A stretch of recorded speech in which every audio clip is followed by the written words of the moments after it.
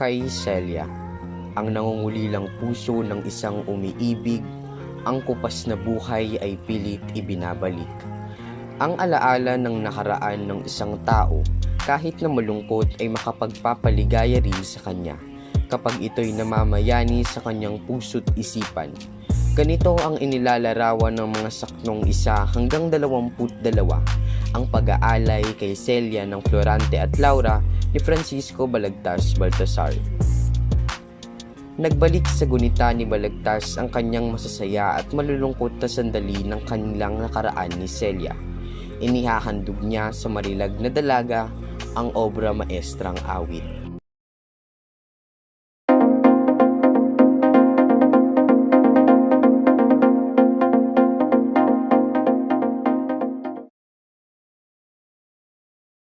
Kung pagsaulan kong basahin sa isip ang nangakaraang araw ng pag-ibig, may mahahagilap kayang natitik, liban na kay Celiang namukad sa dibdib.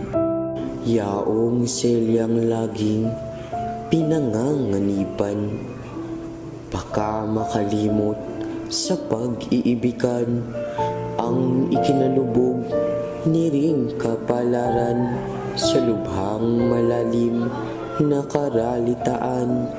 Kayang di basahin nagdaang panahon ng suyuan naming kaniyang pagsintang kinugol sa akin at pinuhunan kong pagod at hilahil.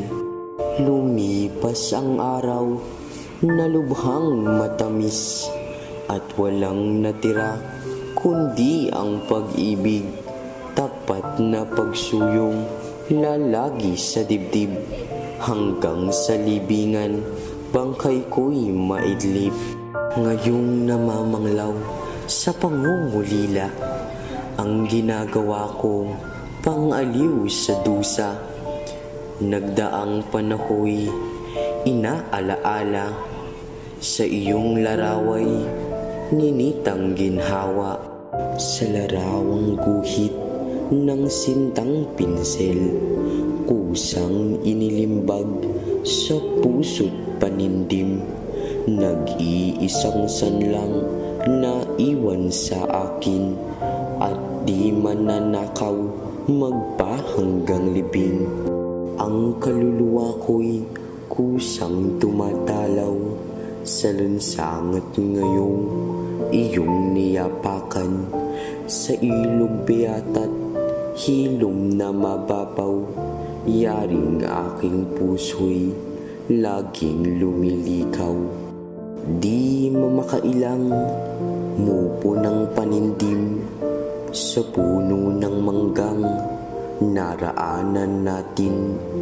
Sa nagbiting bungang ibig mong pitasin, ang ulilang sintay aking inaaliw. Ang katauhan ko'y kusang nagtatalig sa buntong hininga nang ika'y may sakit. Humutok ko nooy inaaring langit, paraiso naman ang may tulong silid. Liniligawan ko ang iyong larawan sa makating ilog na kinalagian. Binabakas ko rin sa masayang dungan, yapak ng paa mo sa batong tuntungan. Nagbabalik man dit parang hinahanap dito ang panahong masayang lumipas, na kung maliligoy sa tubig aagap nang hindi abutin ng tabsing sa dagat. Parang naririnig ang lagi mong wika, 3 araw na di nagtatanaw tama, at sinasagot ko ng sabing may tuwa. Sa isa katao'y marami ang handa. Ano pa nga't walang di nasisiyasat ang pag-iisip ko sa tuwang kumupas. Sa kagugunita, luhay lalagaslas ang taghoy kong nasawing palad. Nasaan si Celiang ligaya ng dibdib? Ang suyuan namin, bakit di lumawit? Nahan ang panahong isa niyang titig, ang siyang buhay ko, kaluluwa't langit.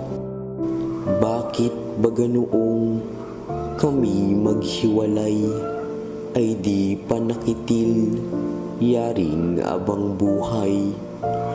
Kung gunitain kay aking kamatayan, sa puso ko Celia'y di ka mapaparam. Itong di matiis na pagdaralita, nang dahil sa iyo unala yung tuwa, ang siyang umakay na ako'y tumula. Awitin ang buhay ng isang naaba.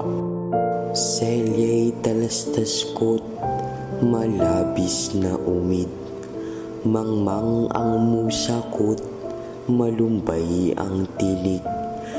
Di kinabahagya kung hindi malait. Palaring dinggin mo ang tainga't isip. Ito'y unang bukal ng bait kong kutad na inihahandog sa mahal mong yapak. Tanggapin mo nawa kahit walang lasap, nagbuhat sa puso ng lingkod na tapat. Kung kasadlakan man ng pulat pag-ayok, tubo ko'y dakila sa puhunang pagod. Kung binabasa mo'y isa mang himutok, ay alalahanin yaring naghahandog. Masasayang nimfas sa lawa ng bai, sirenas ang tinig ay kawili-wili. Kayo ngayo'y siyang pinipinta kasi ng lubhang mapanglaw na musa kung imbi. Ahon sa dalata't pampang na nagligid, tunohan ng lira yaring abang awit, na nagsasalitang buhay may mapatid, tapat na pagsintay hangad na lumawig. Tili-tili Celia'ng sagisag mo'y ang eme-a-ere, sa birheng mag-inay ipaminta kasi ang tapat mong lingkod na si Efe Ebe.